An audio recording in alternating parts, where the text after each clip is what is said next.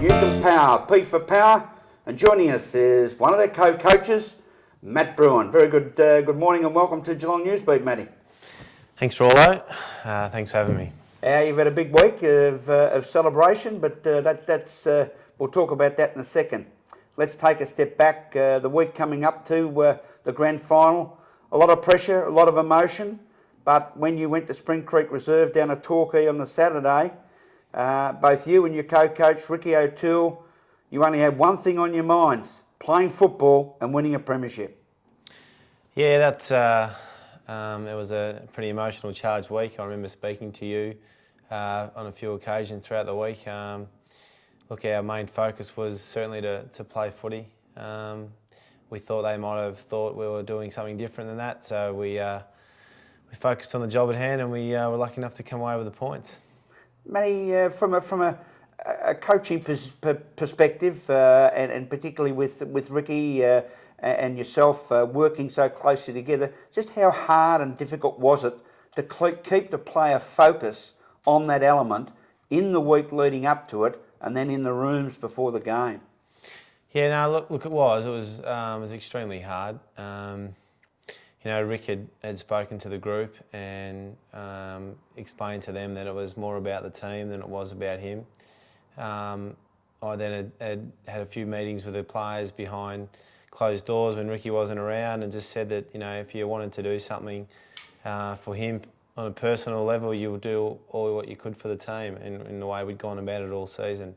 That nothing pretty much had changed. We had to block that out of our minds. So, look, it was a pretty tough and emotional and draining sort of week. I can tell you this: I was home in bed fairly early on the Saturday night. I can guarantee that. But look, it's all worth it. And I honestly believed throughout the year we weren't overconfident or we weren't certainly arrogant about it. But I had a belief that we were the better side in it after around 6 or 7, and told the boys what it would take to go, one step better than last year, and they did that, and the reward was ours.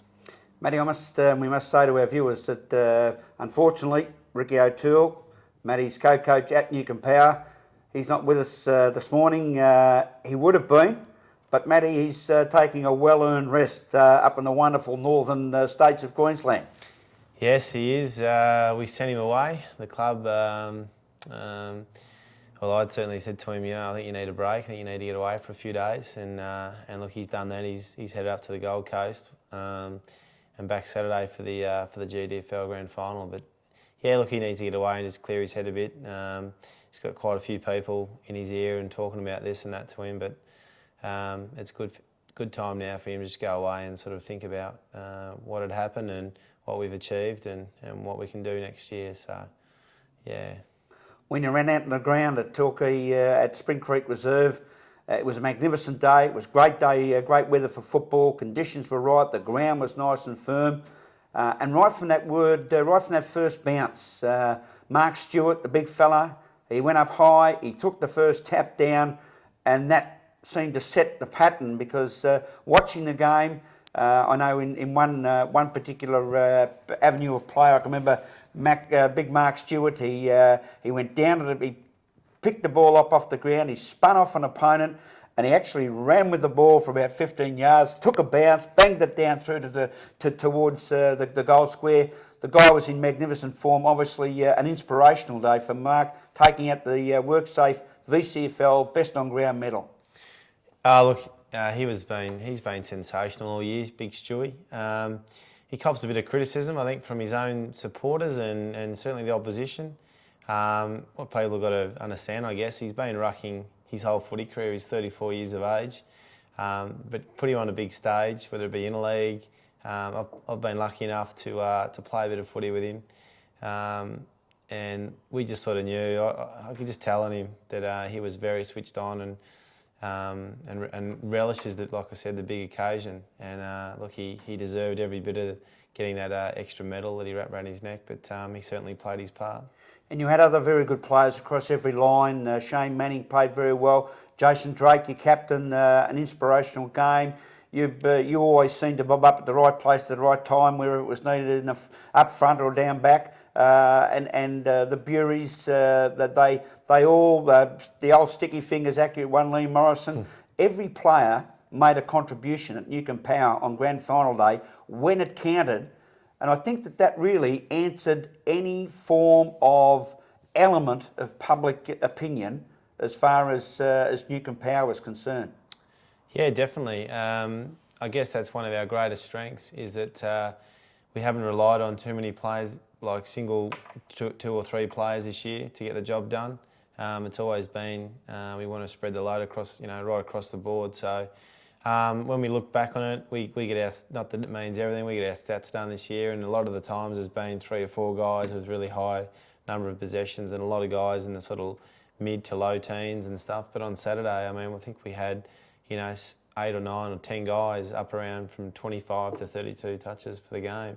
So we spread it around, and we didn't rely on just 1 or 2 blokes. And certainly the Drakes and the Buries, they get us going, no doubt. And Shane Manning, I mean, what a pick-up he's been.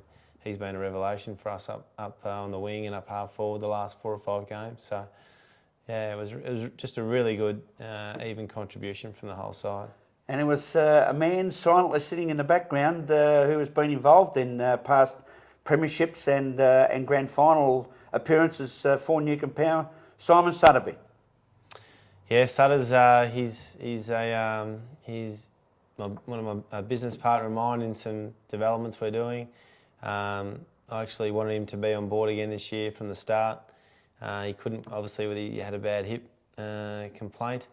But yeah, look, the last 4 or 5 weeks he came back and he helped us out with our forward line structures, and look, he was sensational. He didn't want to step on anyone's toes. He wanted to be in the background where no one really saw him.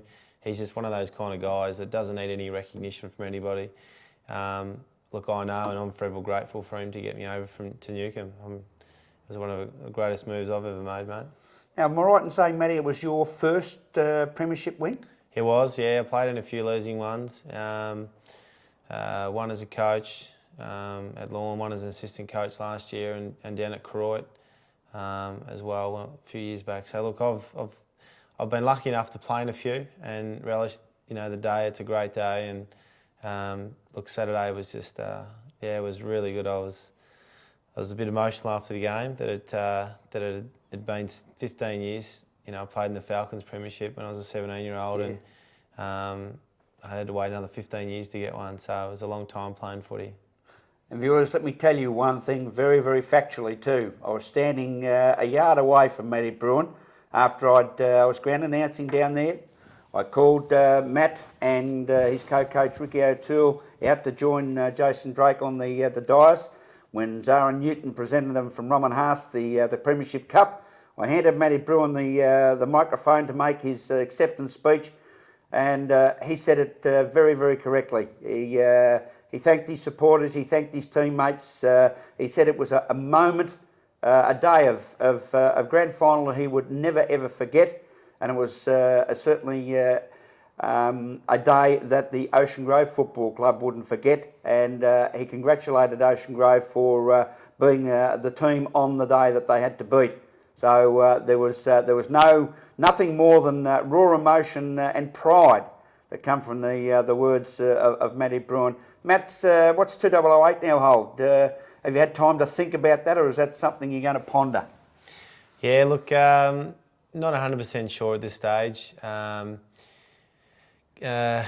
King from K-Rock got to me after the game, and I think he got me the wrong time, and I'd announced my retirement to him. But look, it's taken such a long time, and it's taken a toll. And look, the last 3 years of injury-wise, I haven't had the best of times. My last year at Gravy 3 years ago, I just kept doing a hamstring, and last year I did my knee, and this year my appendix happened to burst on me. So, look, I'm just going to sort of let it all soak in, get back on the training track just to keep fit and healthy and active the next few weeks, and we have to decide and work out what sort of path the Newcombe Footy Club are going to take in regards to coaching that next year, and we'll do that in about 3 or 4 weeks' time, and we'll just go from there. Thanks to Matty Bruhn for us being our special guest. Yes, Newcombe Power set the pace as they took out the 2007 Roman Haas Premiership in the Bellarmine Football League. Congratulations to them. And Matty, in closing? I just wanted to say, Graham, just a special thanks to yourself, mate. I've been on the phone to you quite a number of times this year, and I actually always said you're the only man that I enjoy talking to that gets it right, that he's from both sides of the fence. So just on behalf of everything, I spoke to you about that after the game as well, mate. So I appreciate all the help and support that you've given us over the year. Thank you very much, Matty. Those words mean a lot, and yeah, you've taken my breath away. Anyway, as I said, congratulations to Matty Bruhn and Ricky O'Toole, co-coaches of the Newcombe Power, who took out the 2007 Roman Haas Premiership, and we wish them all the very best into 2008.